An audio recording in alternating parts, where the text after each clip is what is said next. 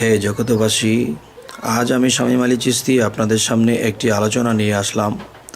সেই আলোচনাটি হলো যে একটি বিষয় যে মানুষ আল্লাহকে খোঁজ করে, আল্লাহকে খোঁজ করতে গিয়ে শরীয়তের ইবাদত করতেছে এবং দেখা যায় গুরু মুর্শিদ ধরতেছে, এরপরও দেখা যায় আল্লাহকে দেখার নসিব তাদের হচ্ছে না। তবে একটা বিষয় হলো কি, যে মাটির দেহ খাঁটি করো, খোলো তোমার দিল কোরআন, বাড়ির জমি হিসাব নেবে, সাক্ষ্য দেবে বেদ পুরাণ। আমি শব্দে কিবা হয়, নিঃশব্দে কি কথা কয়, মম শব্দে বসে রয়, কইবা থাকে পঞ্চপ্রাণ। তো এই পঞ্চপ্রাণের কথা বলা হয়েছে।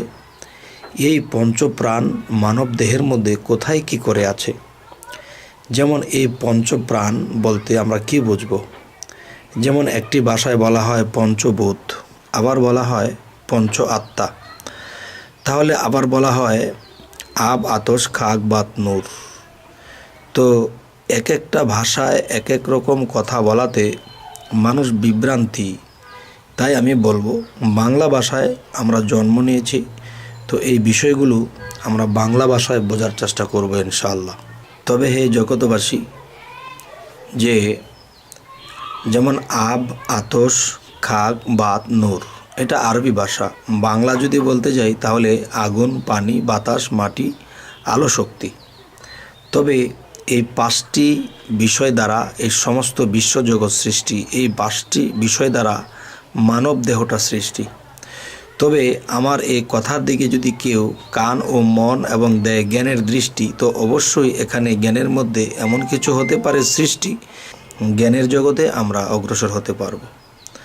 সেটি হলো যে আমার মানব দেহের মধ্যে দেখবেন এই পাঁচটি বিষয়ের বেশি কিছু নেই।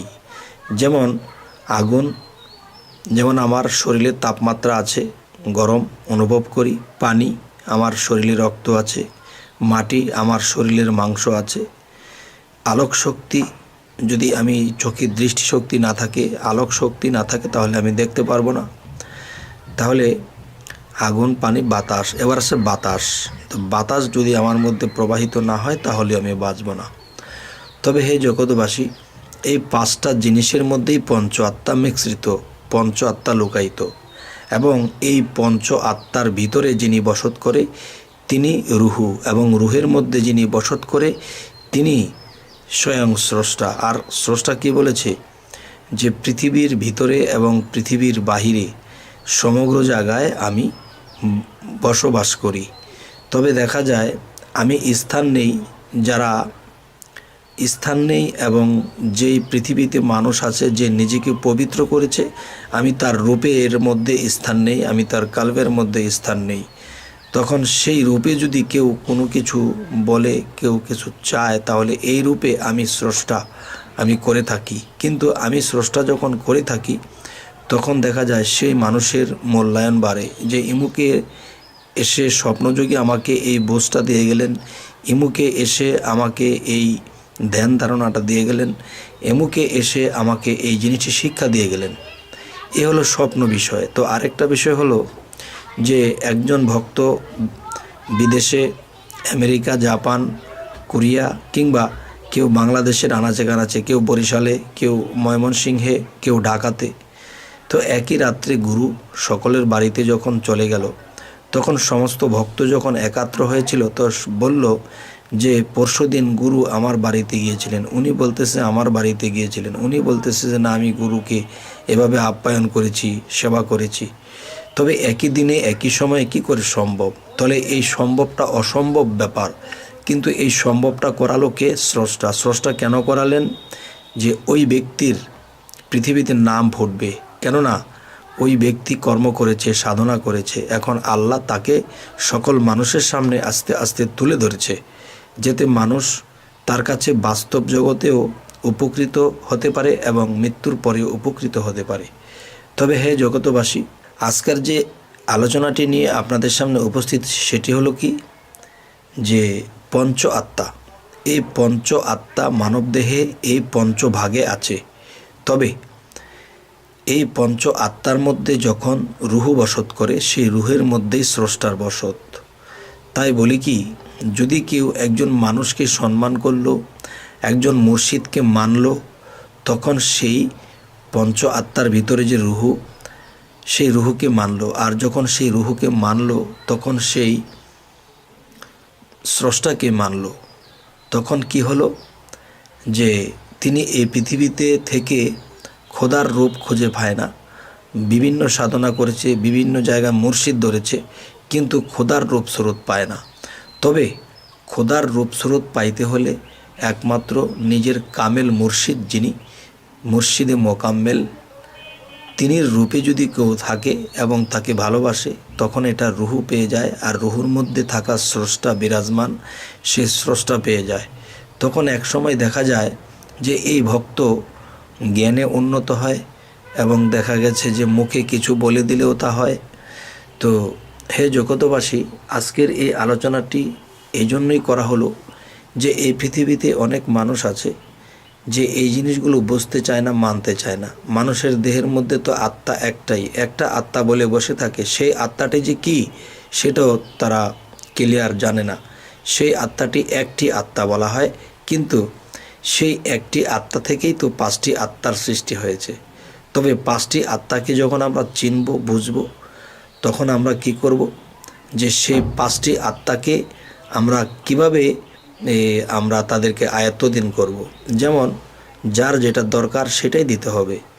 যেমন পঞ্চ আত্মার ভিতরে যদি রুহু বসবাস করে, তাহলে রুহের খোরাক কি?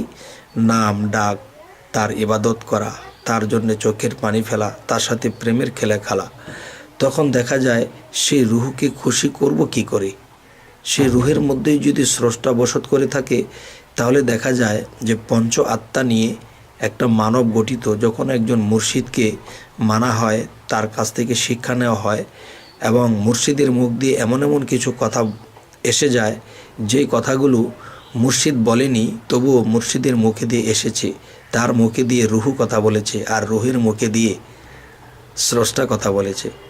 তবে হে জগতবাসী, যে এই জিনিসগুলো যারা বুঝতে পারে, তখন তারা এই পৃথিবীতে কামেল গুরু মুর্শিদকে কখনোই খারাপ বলবে না, এদের বিরোধ করবে না, বরঞ্চ কোরআন ও হাদিস অনুসারে তারা বায়াত গ্রহণ করবে। তখন কি হবে? একদিন তারা আউলিয়ার রঙে রঙিত হবে। হে জগৎবাসী, জানি না আজকে আমার এই আলোচনাটি আপনারা কিভাবে নিলেন। তবে আমি আশা করব যে এই আলোচনাগুলো যারা খেয়াল এবং মন দিল দিয়ে শুনেছেন, তো অবশ্যই তিনি আত্মার উদ্ধার হবে তার একদিন। কারণ আল্লাহ কি বলেছে, আমি কি তোমাদেরকে এসে জ্ঞান দিয়ে যাব?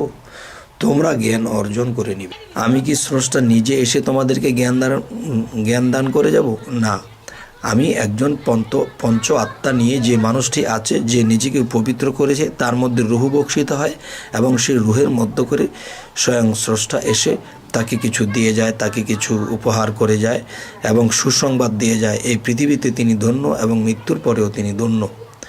তবে আমি শামীম আলী এই কথাগুলো বলছি এই জন্য, যেন যদি এই পৃথিবীতে থেকে মানুষ এই কথাগুলো করে মান্য, তবে আল্লাহ ও স্রষ্টা তিনি যে থাকে, সেই শূন্য বলতে যে আকাশটা ফাঁকা, তবে মহাশূন্য, মহাকাশ, সেখানে একদিন তার স্থান হয়ে যাবে। তো সেখানে যার স্থান হয়ে গেল, সেই তো আত্মার মুক্ত হয়ে গেল। তবে আত্মার মুক্তি নিতে হলে আত্মা পবিত্র করতে হবে এবং আমাদের মধ্যে নম্র, ভদ্র এবং নিঃস্বার্থতাই রাখতে হবে। তখনই আল্লাহর পছন্দনীয় যখন হয়ে যাব, তো আল্লাহ মহাপবিত্র, আর আমি যদি ক্ষুদ্র পবিত্র হয়ে থাকি, তাহলে সেই মহাশূন্য, মহাকাশ বা মহাত্মার সাথে আমরা মিশে যাব। তখন আল্লাহ যা পারে তা ওই বান্দার দ্বারাও এটা গড়তে পারে, যদি সে দয়া করে। তবে রাখলাম হে জগতবাসী, যদি আমাদের এই আলোচনাগুলো আপনাদের ভালো লাগে, তো অবশ্যই সাবস্ক্রাইব করুন। পরবর্তীতে যে আলোচনাগুলো আপনারা পেয়ে যাবেন। তো আজ এ বলেই রাখবো, সকলেই ভালো থাকবেন। আল্লাহ হাফিজ।